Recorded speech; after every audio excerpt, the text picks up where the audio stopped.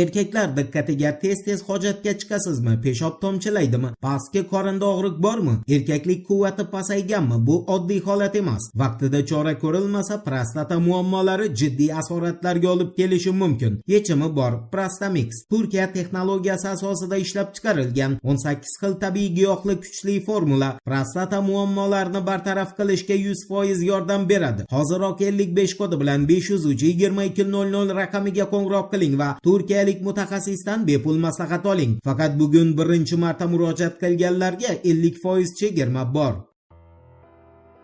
Assalomu alaykum qadrdon muxlis. Siz bilan siz bilgan va kutgan kanal Turfa olam. Ukrainaning Strana agentligining xabar qilishicha 8-iyul kuni Ukrainaning Lvov shahrida majburiy safarbarlik tufayli shahar aholisi bilan harbiy komissariyat xodimlari o'rtasida yirik mojaro yuz berdi.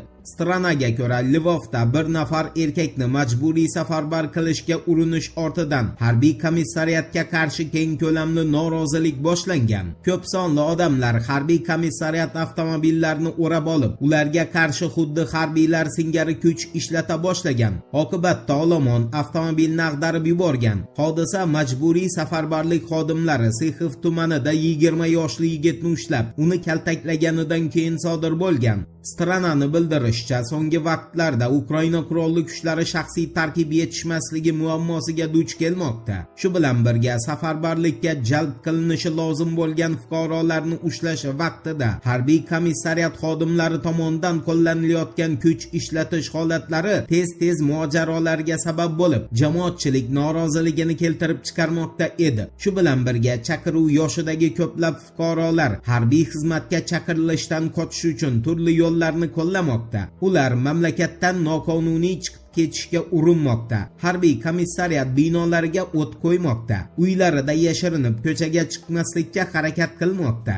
Strananing xulosasiga ko'ra, safarbarlik uchun joriy qilingan hukumatning tizimi oxir-oqibat Lvovda ichki urush boshlanishiga olib keldi. Eslatib o'tamiz, Rossiya Mudofaa vazirligining axborotiga ko'ra, 8-iyul kuni Rossiya qurolli kuchlari Kiyevdagi harbiy sanoat majmuasi obyektlariga yer ustiga joylashtirilgan yuqori aniqlikdagi qurollar yordamida guruhli zarba berdi. Vazirlik ma'lumotiga ko'ra, zarba natijasida Samsung Ukraina kompaniyasining sanoat korxonasi nishonga olingan. Rossiya tomoni ta'kidlashicha, ushbu korxonada Flamingo qanotli raketalari uchun butlovchi qismlar ishlab chiqarilgan va saqlangan. Shuningdek, Rossiya Mudofaa vazirligiga ko'ra, Kiyevda uzoq va o'rta masofaga uchuvchi dronlar yig'iladigan sex ham nishonga olingan. Ukraina qurolli kuchlari bir sutka ichida 1450 nafar harbiy xizmatchisini va 903 ta dronini yo'qotgan.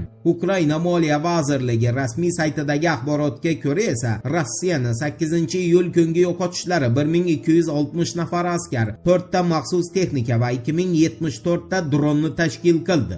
Endi Amerika Qo'shma Shtatlarining Eronga qarshi boshlagan yangi harbiy operatsiyasi haqida to'liq axborot beramiz. Diqqat bilan eshiting. Anadolu agentligining xabariga ko'ra, Donald Trump 8-iyul kuni Ankarada NATO sammiti doirasida muxbirlar bilan o'tkazilgan matbuot anjumanida rasman Eron bilan tinchlik muzokaralarini davom ettirmasligini bildirib, Eronga qarshi yangi harbiy operatsiya boshlanganini e'lon qilgan.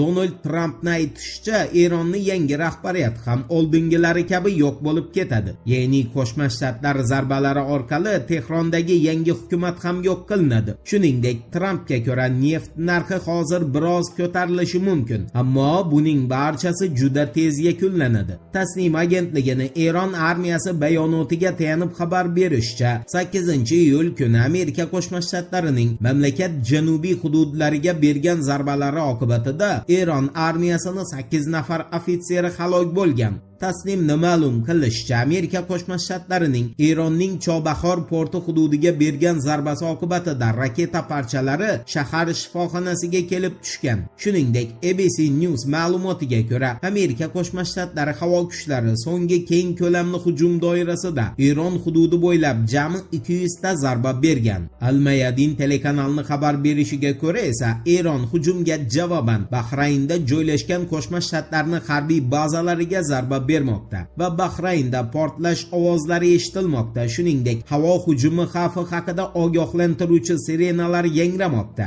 Axios agentligining xabar berishicha, Amerika Qo'shma Shtatlari Eronga qarshi zarbalar ko'lamini kengaytirib, radar tizimlari hamda havo hujumidan mudofaa vositalariga ham hujum qilgan. Shu bilan birga Fors ko'rfazida joylashgan Jask shahri va Abu Muso oroliga ham hujum uyushtirilgan. Eronning Fars agentligining ma'lum qilishicha, 9-iyulga o'tar kechasi Eronning Bushehr atom elektrostansiyasi yaqinida portlashlar ovozi eshitilgan. Keyin aniqlik kiritilishicha, Qo'shma Shtatlar Bushehr atom elektrostansiyasiga yaqin hududga zarba bera boshlagan.